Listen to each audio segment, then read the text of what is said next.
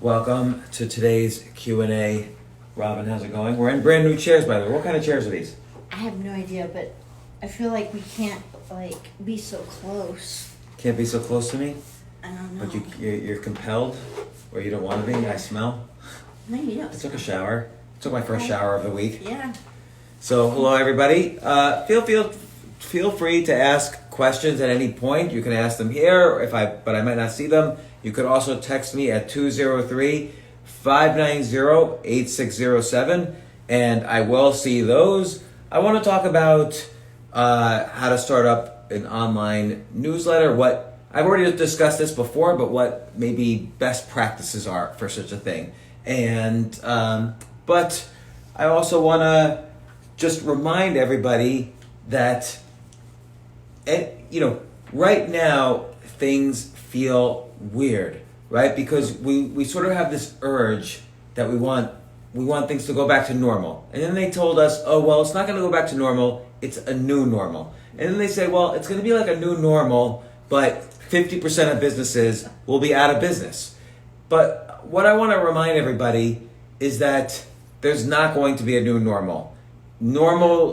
First off, normal wasn't so good to begin with. I mean, here's what happened in the normal world. 100 million people worked corporate jobs, and 1 out of 3 of them were laid off within a month of the lockdown.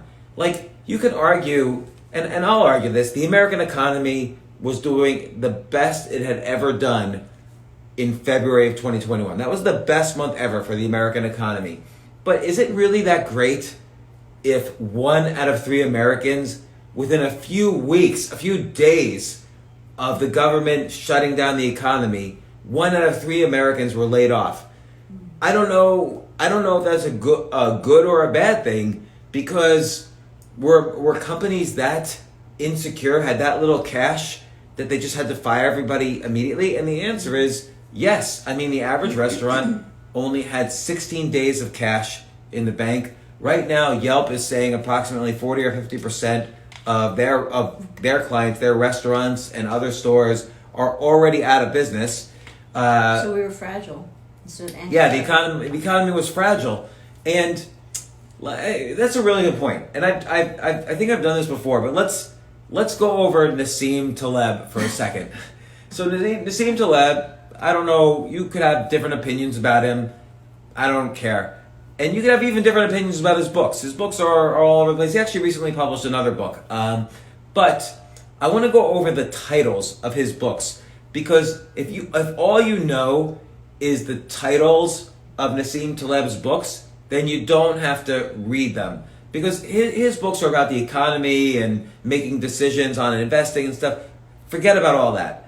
But I'm interested in, how do I make decisions for myself? So right now, I see on Twitter all the time, and on Facebook too, everyone's arguing. I'll give you an example. 2 days ago on Facebook, a new private face group started, which was, I forget the name of it, but it was for people who are thinking of or about to move out of New York City. And so this has been a big debate in New York City, which is, just on Monday, there were 11 killings and shootings, whatever. Yeah. There's never used to be killings in New York City. New York City was safe, and nobody seems to care. And it's not in the news. Like, if you go to CNN, it won't be on the news. I don't know why. There was a shooting just right down the street from our apartment yesterday. Oh, good to hear. There was a shooting right down the street from our apartment. What, do you know the block? Well, it wasn't right down, but it was 109th Street, I think, and Columbus. All right, so basically right next door to Columbia University, where Molly's heading in a few weeks. So there was a shooting. Good to hear. So for these reasons, all the first tier cities everybody's thinking of moving. The business opportunities are gone because now we're all able to work remote. Mm-hmm. The restaurants are closed down or out of business. So usually in the big cities, you get the best food, like New York City, San Francisco, LA, you get the best food. No more. Cultural stuff, like the Broadway's closed. Yeah. Lincoln Center's closed in New York City for shows or opera or jazz. Comedy clubs are closed. Bars are closed. Arts. And Miami, we came down, we figured, let's escape this shithole. It's all the rioting, whatever. Mm-hmm. So we came down to Miami. Now Miami's closed. Miami was open. We come down here and they're like, oh no, Robin and James are here. We better close down. I was supposed to do comedy either last night or tonight at the Hard Rock Cafe in Miami. Yeah. Closed. Rescheduled for August 12th, but closed right now. We'll see what happens in August. I'm also booked, I forgot to tell you, I'm booked on August 29th somewhere, but I forget where. All right. Well, I'll be available somewhere. Hopefully you'll be able to make it, Robin. Yeah. But here's what's interesting though. So this Facebook started 2 days ago, and it was for people thinking of moving to New York, and they were comparing notes about where to move, the prices, where to move, our real estate going down. And then somebody made an interesting comment which bothered me. And it didn't, the political direction of her comment didn't bother me. The fact that this was a group to help people make a very important decision in their lives. She said, I'm really worried about moving to XYZ location. Will there be too many red people there? Meaning Republicans. And she said, I'm blue. She's a Democrat. And New York City's blue. And will there be too many red people there? And and everybody commented immediately, no political discussions in here, which I agree with, because this is about people making, and when you're talking about blue, are you talking about Biden? Are you talking about Cuomo? Are you talking about de Blasio? Because New York City, de Blasio, Cuomo, and Biden don't necessarily agree with each other, so I don't even know what blue means. It's not like there's a blue team and a red team. Right. Cuomo was so upset at de Blasio, he almost tried to figure out how he could kick de Blasio out. And Trump was upset at Cuomo, but then he wasn't. And then Cuomo was upset at Trump, and then he wasn't. Who knows? But if I was to respond to this person, I would have said, listen, you were in New York City the entire time. Whatever's happening in New York City, everybody in New York City is a little bit responsible for it. Like, there's nobody else responsible for it but people who live in New York City. It's not like people came from Alabama to New York City, trashed New York City, and then went back to Alabama. Like, it was all the problems you're having with New York City is because of people living in New York City, regardless of what political affiliation. And so you got to take a little bit of responsibility for yourself. And so plus I think it's crazy, because why do you want to surround yourself with somebody that's exactly like you? How do you grow that way? I mean, like, how can you base your your next home or location on their political beliefs? I would never do that. Yeah, like, for instance, I have friends that are Democrats, I have friends that are Republicans, I have friends that are independent. I mean, so what? I think it's great to have a whole different perspective, but you have to be open to listening. Right. I think it's important. But I get it though. Here's what's happened: is that we've gotten so enmeshed and polarized in this team behavior. Are you on the blue team or the red team? If you're on the red team, I can't talk to you. Yeah. If you're on the blue team and I'm on the red team, I can't talk to you. But like, look at us, for instance. So we're big fans of Eric Adams, the Brooklyn Borough president, Democrat. Extreme Democrat. He's running for mayor of New York City. I was fans of Andrew Yang, and I like Andrew. Yeah, Andrew Yang's great, and but also I like lower taxes. The Biden tax plan has much higher taxes. By the way, just a little comment on taxes. Taxes do not solve budget deficit problems. When the government collects money, it doesn't immediately go into a bank account. The money actually disappears. The government does two things with money. The government prints money through the Federal Reserve or the Treasury Department, and the government destroys money. So it's not like when money comes into the government, it doesn't immediately go out and say, okay, well, now we're going to pay these people. The government only pays people when it either one of their divisions generates, like they sell an asset and then they give money to people directly, or they borrow money from the Federal Reserve. And then sometimes the money coming in goes to pay for the money they borrowed. But raising taxes doesn't immediately get spent. That's not how you save an economy. But that's another issue. But that gets into monetary theory, whatever. Not interesting. But de Blasio, he would go on TV and say things like, okay, no large gatherings, you can't have schools open, and he would specifically say, except if you're protesting, which doesn't really make sense. Like, people, and either gatherings cause coronavirus or they don't. And look, this is a serious virus. Maybe they should have enforced no protest. But at the same time, New York City's had no new deaths recently. Power to New York City. So maybe the virus has died there, in which case allow large gatherings. Allow people need to feed their families. There was an economist, I think his name's Donald Henderson, died recently, wrote a great paper saying the best way to respond to a pandemic is to allow people to keep making money. They'll make their own decisions. Before the pandemic, before the lockdowns happened, which was on March 16th in New York City, people were not going to restaurants. They had already decided for themselves to social distance. Stand Up New York, the comedy club, was empty. We had to shut down early. Subways were empty. We wouldn't let our kids on the subway. Like people were wearing masks. I would wear a mask to Zabar's before the lockdown. Mm-hmm. So people are capable of making decisions. They don't need a fatherly government figure. And I'm not even being libertarian. I'm not a libertarian either. But they don't need a fatherly government figure to tell them what's right and wrong. And in fact, we realize now that the government was lying to us much of the time. You know, all the different parts. Well, the WHO, the CDC, Trump, Cuomo, de Blasio, they all had different agendas. That's right. And I'm not saying they were bad for lying. Like, for instance, people would say, I won't say who, people in the government would say masks aren't so important. This was in March. They said it with good intentions because they thought there was going to be a short supply of masks, and they wanted those masks reserved for doctors. And so I get it. But they lied, and we trusted them, and then they, Once you get that, you don't trust the person again, or you start to think that they're not telling you the truth about other things. Or you get depressed, and I think that's what was happening. I think what's happening now is we're seeing a lot of anxiety. Anxiety has led to things like the autonomous zone in Seattle, which is no longer. But, the good news is, here's the good news. I just looked again at the data. I wish I could show you the chart. The chart's right in front of me. Go to World of Meters and look at daily new deaths in the U.S. Obviously, it peaked around April 20th, which is what we said even in early March would happen. I said April 15th, so I was wrong by 5 days. And it's been the daily new deaths has been trending down ever since. So that's the good news on the virus. It still exists. It still exists. I have a cousin who's now been on a ventilator for 2 weeks, and it's sad. He came down with pneumonia while on the ventilator. They realized he was has diabetes while he was in the coma on the ventilator. So, knocking on wood, he's okay. This virus is serious, but the trend is down. You can't argue about the data. The trend is down on the number of new deaths.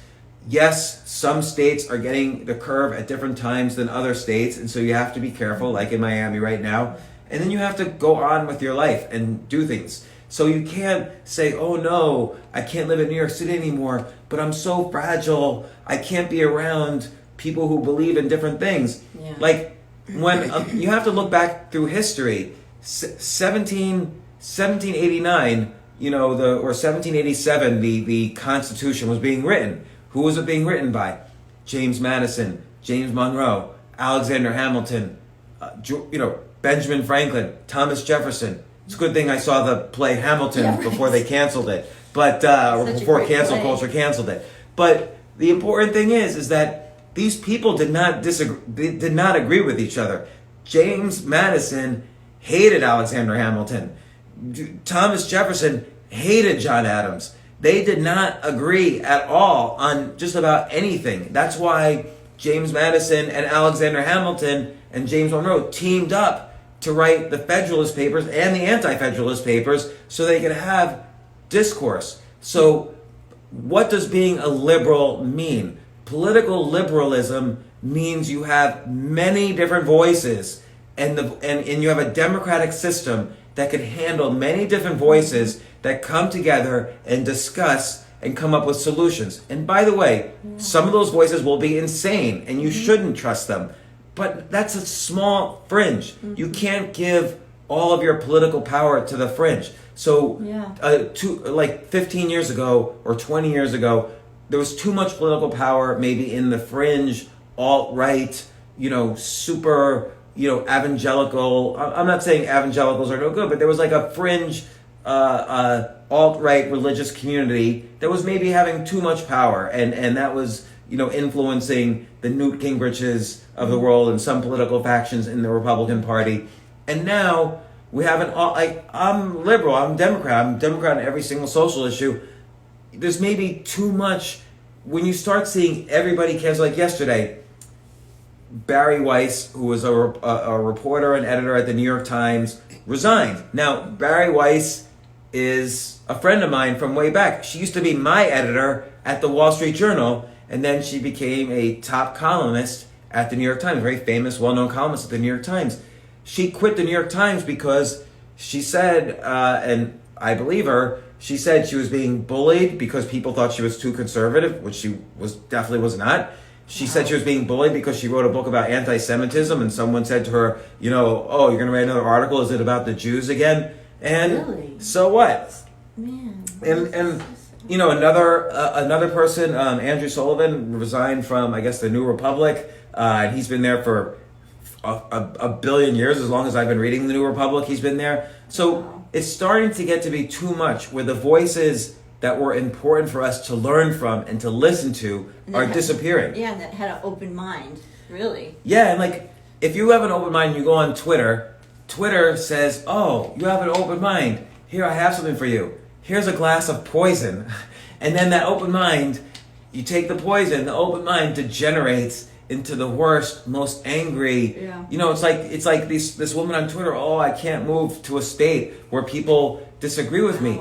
You have to be able to love and friendship and community and even a democracy have to rise above any one voice or another. You have to have humanity. A pluralism of voices all talking and discussing. And America prides itself on being the most democratic country. But once you start to call Deborah Messing, if you know who Deborah Messing is, an actress, once you start to call Deborah Messing a racist because she was against Kanye West running, you're making a mistake. Now, by the way, they didn't call her a racist because Kanye West was black. They called her a racist because she implied that Kanye West would steal votes away from Joe Biden. So she was at a liberal or a Democrat cause, and they still called her racist. So it got topsy-turvy. Or there was another article, and by the way, I'm going to repeat a Ben Shapiro comment. So if you have a problem with Ben Shapiro, I'm sorry.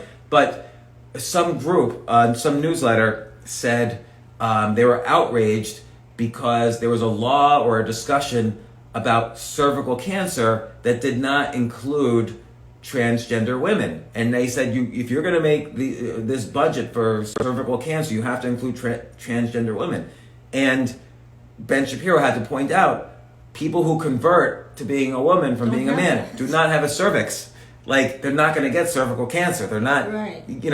So I don't know, do you have then separate right? And this was J.K. Rowling's point, is that women have been fighting for equal rights for hundreds of years. And yes, I will agree, there are many different genders. There's cisgender men, cisgender women, there's trans men, trans women. But biological women, this is J.K. Rowling's point, should not be at the bottom of the totem pole again when asking for rights. That's all she said. And now literally people are burning children's books about a boy wizard who happens to look like me a little bit. So I'm against the burning of Harry Potter books, and our daughter loves Harry Potter. I love Harry Potter. We have several daughters who love Harry Potter.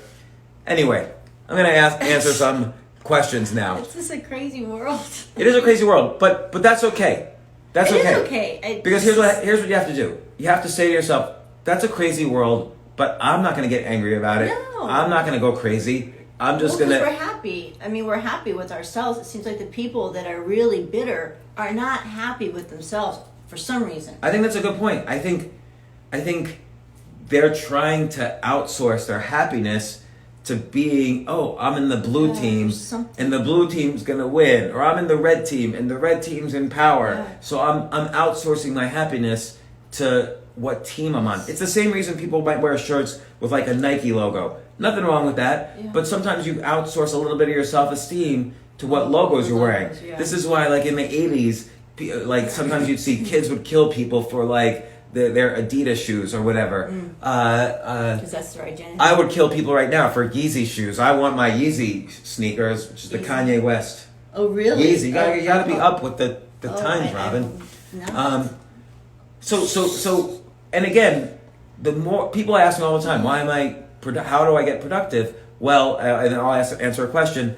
Part of it is I don't really go on. I've stopped going on the homepage of social media. In the beginning of all these IG lives, I was, because I wanted to see how people were misinterpreting the data. But now I've stopped. I just focus on looking at the sources that I care about and figuring out whether the pessimism is warranted or the optimism is warranted. Here's where I'm pessimistic.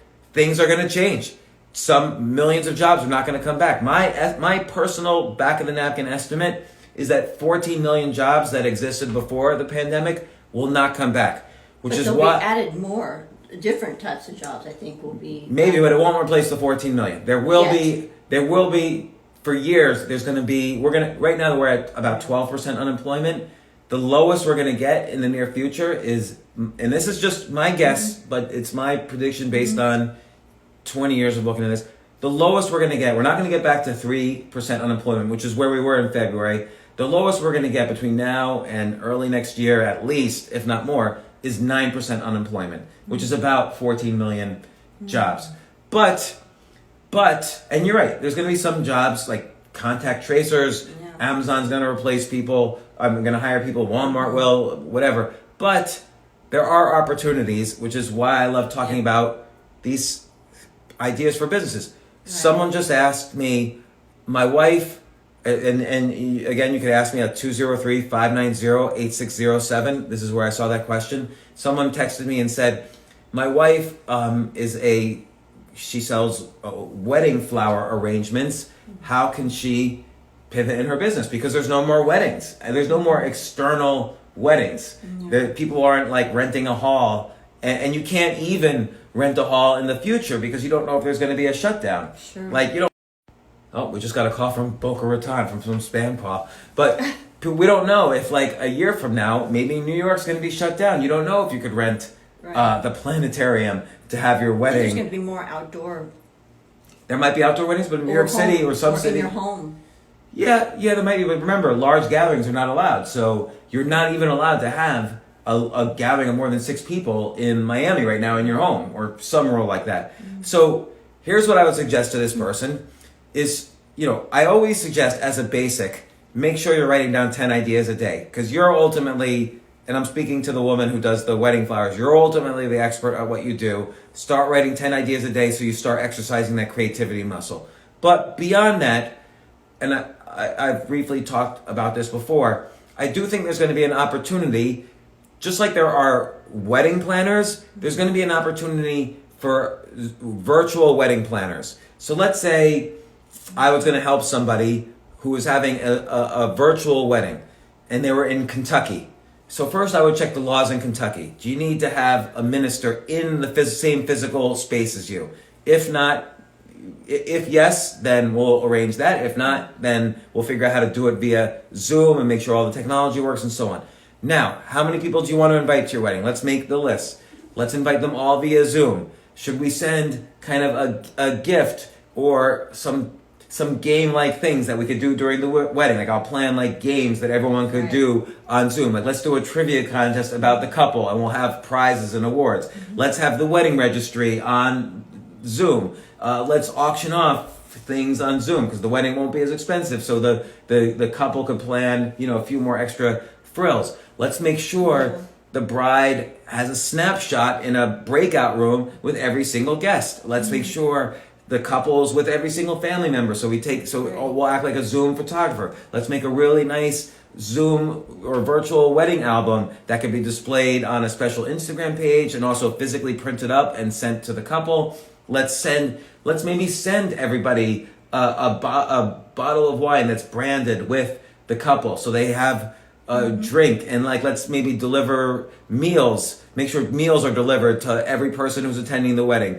So think of all the things you would want to do or have at a virtual wedding, and you could still plan. In fact, I would go to a virtual wedding. I would not go to a real wedding. I didn't even go to real weddings before the pandemic. I am certainly not going to real weddings ever again in my life. But I would go to a virtual wedding where oh, there's my friend from high school getting married. It's so nice. And then Right. maybe it's someone delivers the meal that they pay for, and someone delivers a bottle of wine so we could drink. And then everybody's having like a trivia contest about the couple and the college, and then everybody's taking Zoom photos. So I'm getting, oh, hey, John from college, it's good to see you again in the breakout room, like blah blah blah.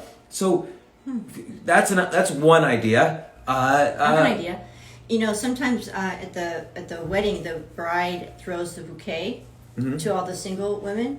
Like the lady that has that business, the flower business, she can maybe do a package for like the single women that are invited, and maybe that could be sent to their home. That is an awesome idea. Maybe, and instead of throwing it, maybe there's some kind of trivia quiz or game to catch the virtual bouquet. And then it could be sent in the mail or something. Yeah, or maybe even play some mobile game that's hooked up to the wedding where a bouquet is thrown and people virtually try to catch it.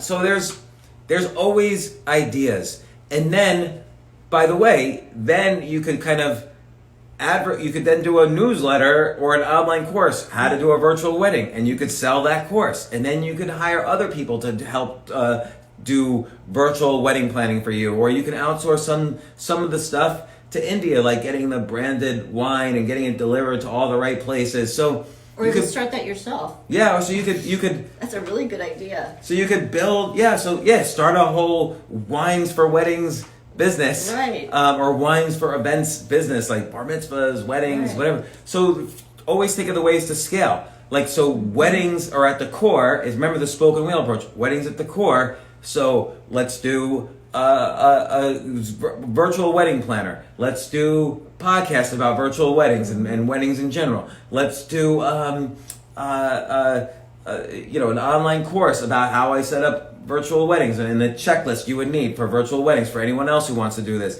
Let's do a deal with wedding registries, and then I get an affiliate fee. If I'm a virtual wedding planner and I'm hooking the couple up to a registry, maybe I get an affiliate deal. So that's another source of income. Let's write a book on virtual events, conferences, weddings,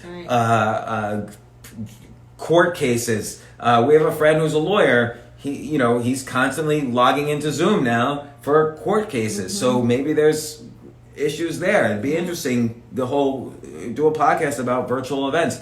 So all I'm saying is, it's easy to get trapped. Like, well, I love flower arrangements. I love floristry. I only want to do that. I'm sorry. Nobody is buying flowers for a real wedding anymore. And there's nothing you could do. But if you like the wedding space, here's some opportunities. If you like the flower space, maybe there's other opportunities, outdoors or whatever. I don't know. But anyway, that was one question. But it's also trying to describe a way of thinking. There's nothing we can do about this. We can't regret what the government did. We can't regret what the virus did. We can't regret if this politician was good or like Cuomo was good or bad, Trump's good or bad. It has nothing to do with me feeding my family by working and making a living. I have to now take what I did and maybe I'll create an even bigger business. Well, how could it be bigger if the economy is shrinking? Don't forget, they just airdropped $2 trillion on the economy. And trust me, they're going to airdrop more money on the economy. That money has not gone into the economy yet. There's $2 trillion out there waiting for you, me, you to go in and start a new kind of business that's never been started before, to take those trillions of dollars. And it's not a bad thing, a good thing, a crazy thing, an evil thing. It's just what we have to do now to be healthy and so on. Survival. Survival. Another thing it's important is how much, like previously, if you worked at a job, there's this whole notion of keeping up with the Joneses. Like, oh, I'm a middle manager at Procter & Gamble. My neighbor is a middle manager at Exxon. I got to make sure I have the same kind of house as him.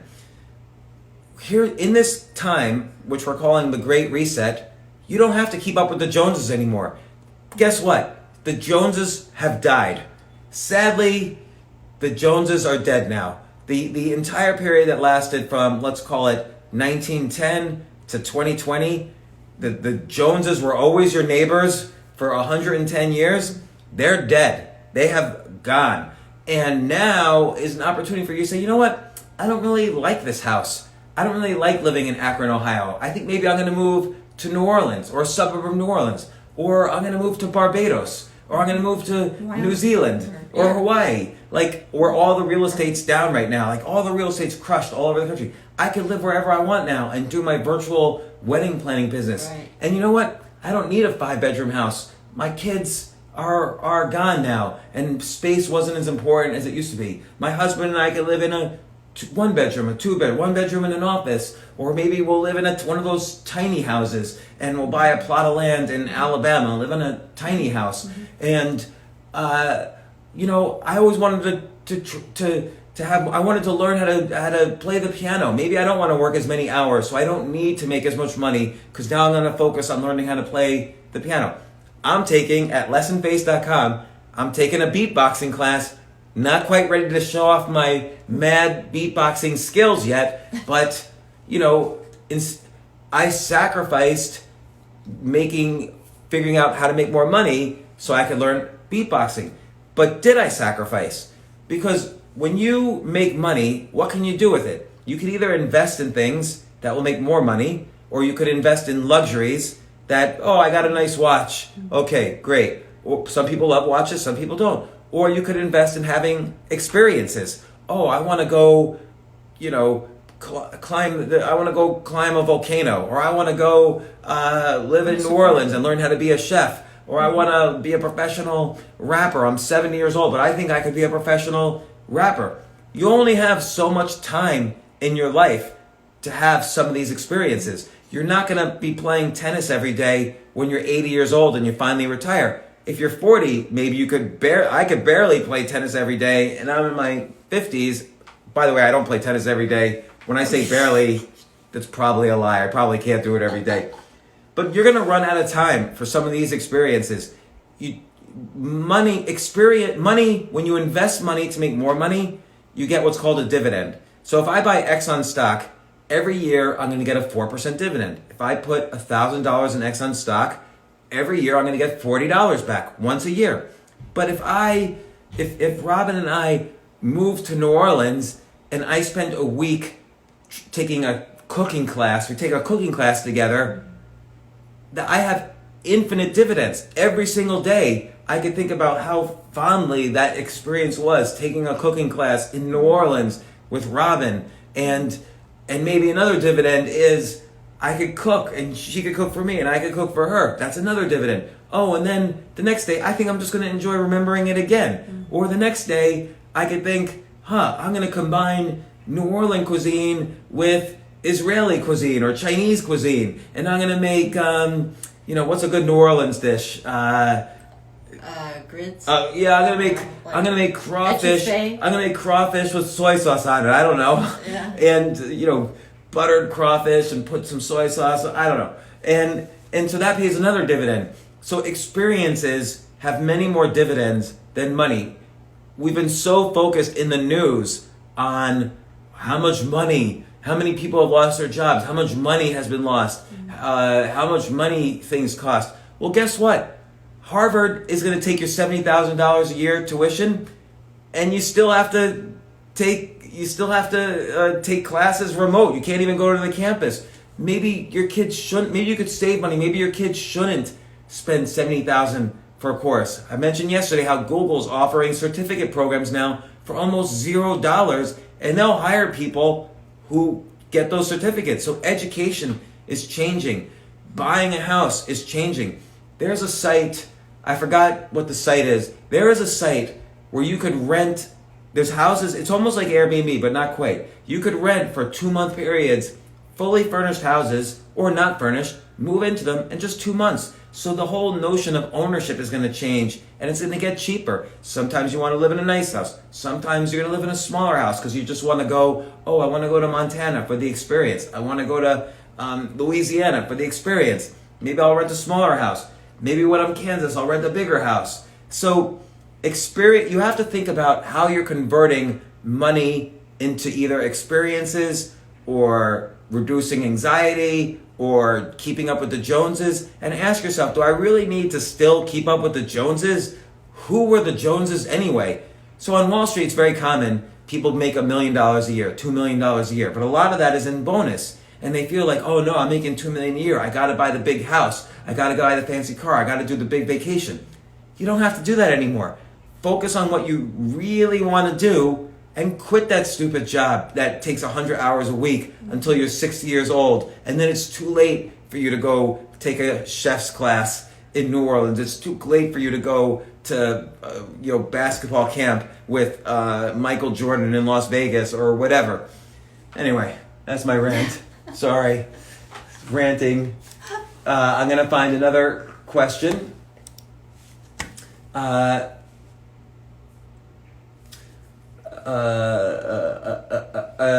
Okay, so this is just a comment. James, I use your ideas about writing business ideas down every day, but lately I've changed it to composing music. Every morning when I wake up, I record the first thing that comes to my head musically, and I have done this for about 18 months with fantastic results.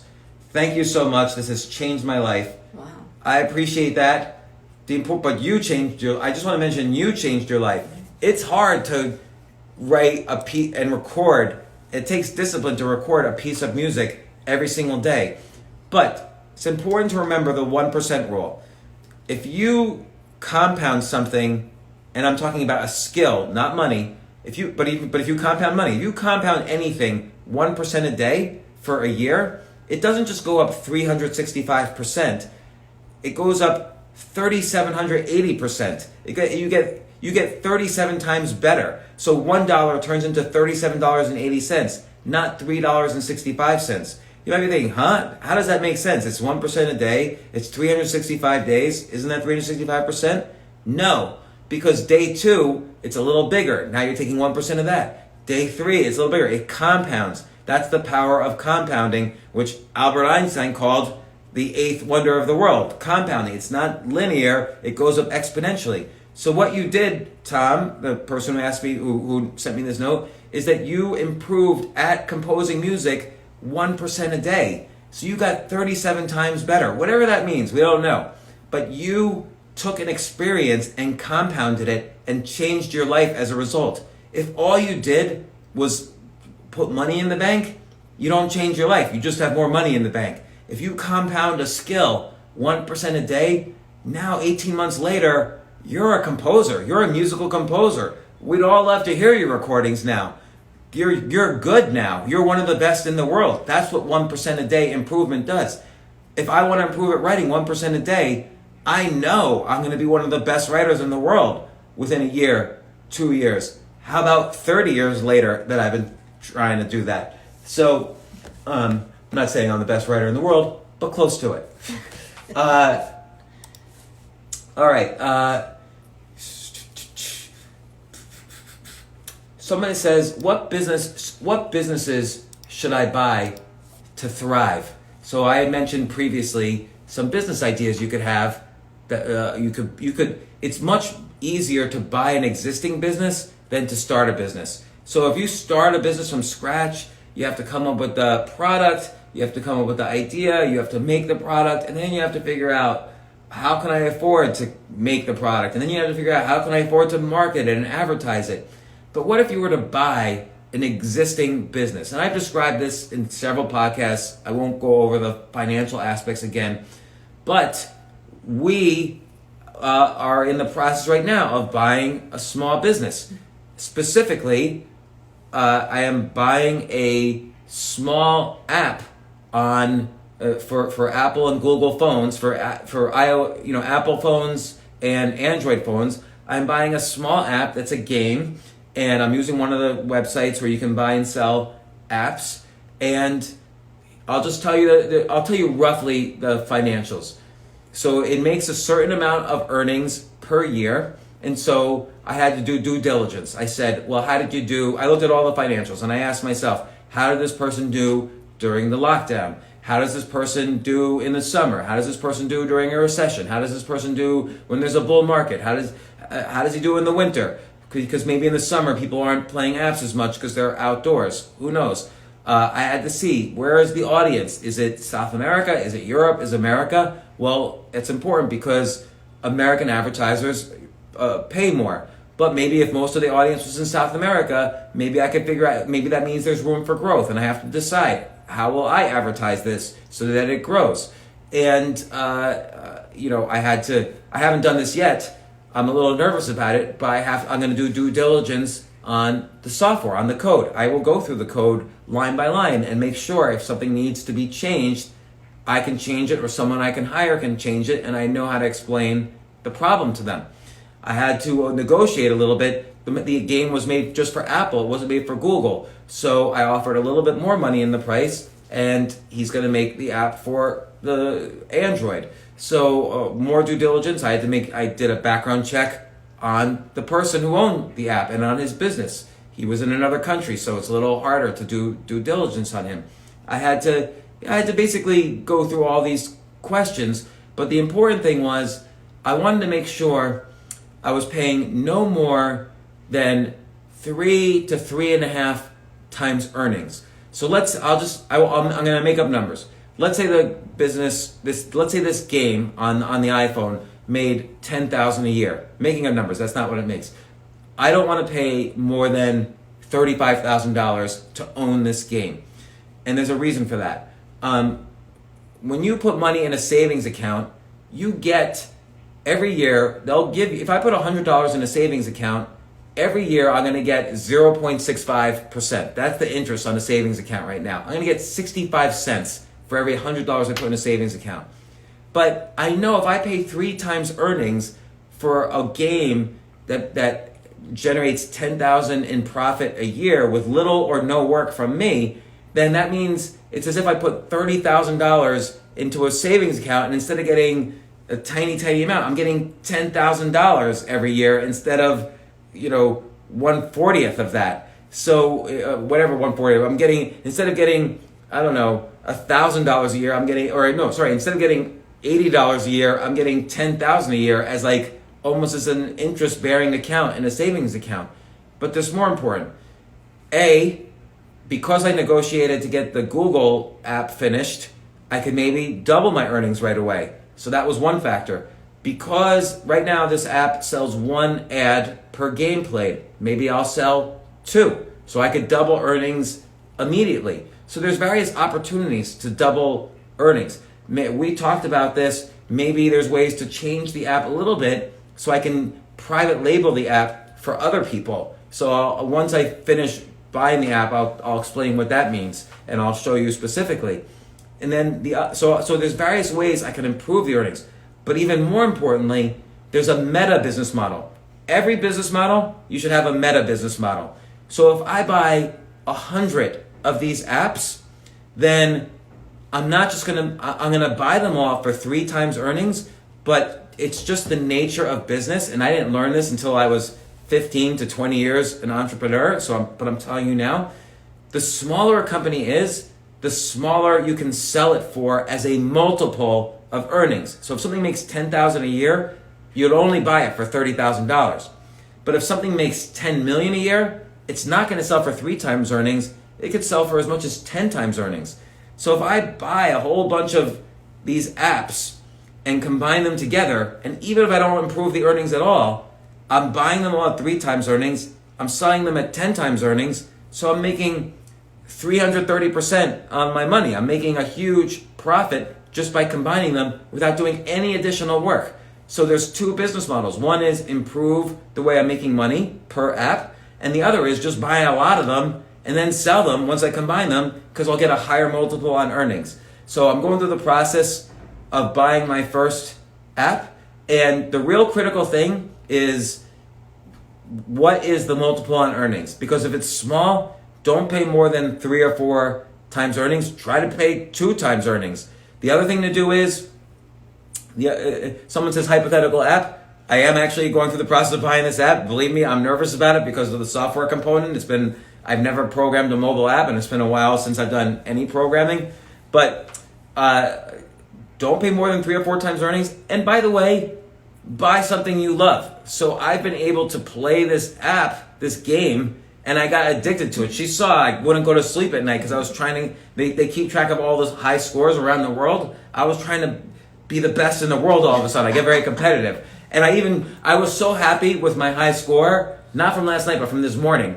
I was so happy for my high score. I even texted the guy in his little island my high score, and I beat his high score. So I'm happy about that. But so that makes me want to buy the app even more. And then the more I play it, the more ideas I have for improving it. And I think, why didn't he think of this? And this is the hard level is not really that hard. Like maybe we can make it even more difficult, and that's in the code. So again, if you're thinking about buying a business, just focus on what are the earnings and what's the multiple I'm paying over earnings, and make sure you do thorough due diligence. So no matter what's happening in the economy, no matter what's happening in anything, the earnings are going to stay the same or grow. So that's why what happened in the pandemic, what happened, and if the earnings shot up in the pandemic, I cut them in half in my mind, and I only want to pay 3 times that, my mental image of the earnings, because maybe the pandemic is just a one-time thing, and if it shot up, I'm discounting it. So I'm looking at the average earnings. Also, I like the longevity of this business. This business has been around 9 years. It's been downloaded 1.5 million times. It has a rating of 4.5 stars on about 7,000 about 2,000 reviews on the iTunes store. So 4.5 stars with 2,000 reviews is great. So I know the business has been a long time, and I was able to see the financials 9 years back, and I saw steady growth. And then I looked at the growth last month during the lockdown. But anyway, that's how you decide, pay 3 times earnings, make sure the earnings are real, do what you love, see how you would improve the business that you're buying, and then buy lots of businesses so when you sell it for a higher multiple of earnings. Let's even go more meta. You could do an online newsletter, or like I said before, an online course or a podcast about every business you buy, and do the step-by-step guide. So there's lots of ways, and that helps you build awareness for, I want more people to download this app once I buy it. Right. It's sort of like what I do with cooking when I cook well. But, you buy something already made, like a spaghetti sauce or a salsa, but then you take what was already made, and then you add more ingredients to make it better.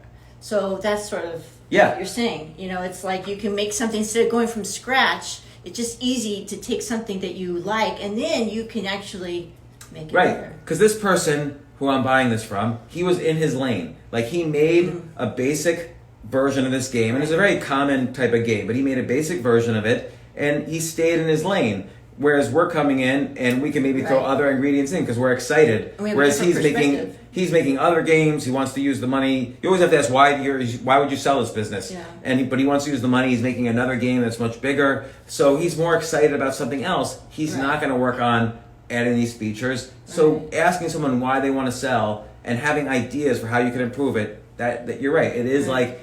It's like taking your mom's recipe and she never changed it, but now you're younger and you just came back from Cajun class in New Orleans. You could throw in some Cajun recipes. Right. So, let's see. Another question. I forgot where I stored the questions. Okay. That's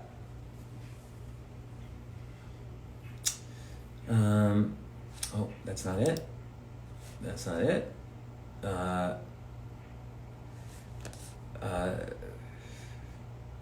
That's not it.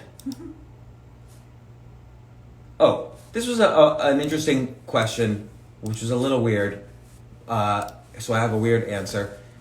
Someone wrote me and said, I'm a cucumber on Tesseract. I don't know what that is. I don't know what that means. I want to create a platform for a business. Who can help? Here's an idea. First off, so this is someone asking on Instagram. I want to create a platform for a business. Who can help? So I'm not sure what you mean by platform, but I'll assume you need some software written. So you can go to freelancer.com and you spec out in full detail what the requirements of your platform are. Be as detailed as possible. Draw sketches if you need to. Describe what every page, whether it's a mobile app or a website, describe what every page looks like. Describe the functionality you want for people who don't have accounts, people who do have accounts, people who are searching, people who are messaging, whatever. Describe everything, put it on freelancer.com, and people from around the world, programmers from around the world, it's called a reverse auction. They will bid lower and lower to do your job. And then you have a chance to do due diligence. You can even ask someone for like $100, I think it costs. You can even ask someone at freelancer.com to help you do due diligence on these programmers.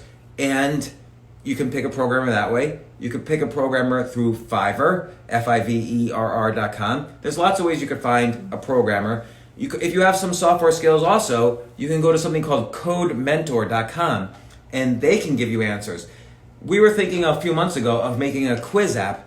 Well, it turns out you don't need to know how to do software at all to make a quiz app for the iPhone. There's a website out there that will generate quiz games for you and upload it straight to the iPhone store, and you need an Apple developer account, but that's it. So maybe it's the case that your platform could be built with very little software. So there's various ways. You could find one of these, it's called no-code websites, or you could, if you're doing a little bit of coding, you could go to codementor.com and get advice from them. They charge like $15 an hour. Or you can go to freelancer.com and outsource it. Or if you know somebody, but the first thing I would do is really spec out what you want, what every page, what every screen looks like, and spec it out for people who have accounts, spec it out for people who don't have accounts, spec out all the functions and features. Just make sure you can draw it, so that way you can explain it easily to someone else. So now the question someone just asked me was, and this is weird, this person, and I appreciate it, this person writes short romance stories. So he loves the romance genre. He writes short stories that are romance. He thinks they'll be very appealing, and he wants to write a 4-pay subscription letter for romance stories. I don't think I would pay a subscription to see romance stories. Yeah. Would you? No. Are there any kind of fiction stories that you would pay a subscription newsletter for? No. Maybe if it's more investigative. Yeah, you like that. I like that. Yeah, but then I would want to do it like in true crime or something like that, like real cases. I don't know, like taking something, a subject that's happening, like the Epstein or whatever. But this and fiction, digging though. Right, but I mean, I wouldn't do that. I would go more towards... But here's what I would recommend. So I appreciate what this person wants to do. They need to make money, but they love writing romance stories. Here's what I would do. Go to fanfiction.net or Wattpad. So Wattpad is WATTPAD.com. And these are sites where you can write short stories. So Wattpad has millions of people reading short stories on Wattpad. It's mostly for kids. But fanfiction.net has millions of people also. You could pick any TV show like Gossip Girl or Friends or Seinfeld or Harry Potter or whatever, and you could write fan fiction. And you'll get followers, people who every time you write a story, you'll get more. If the stories are good, this is how you validate this idea. If your stories are good, then over time you will build up a fan base and a fan following. Remember, money, experiences and skills are more important than money. So right now we got to get you the experience of getting on a disciplined habit of writing these romance stories and putting them out there for the public to see, and then we validate the idea. We have the experience of validating the idea. Post on fanfiction.net, post on Wattpad, even post on Facebook. Get fans and followers. E.L. James, you know who she is. She wrote 50 Shades of Grey.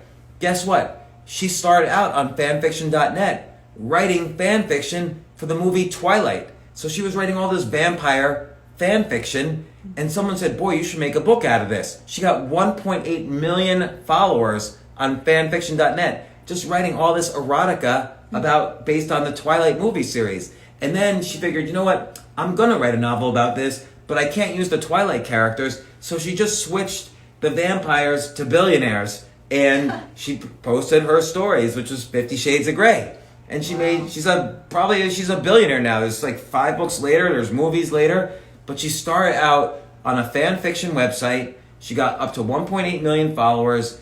Then, when she had all these followers, she published a version, not the same thing, but she changed it to soft porn erotica. She published it on Amazon, and her 1.8 million followers bought the book right away because they loved her.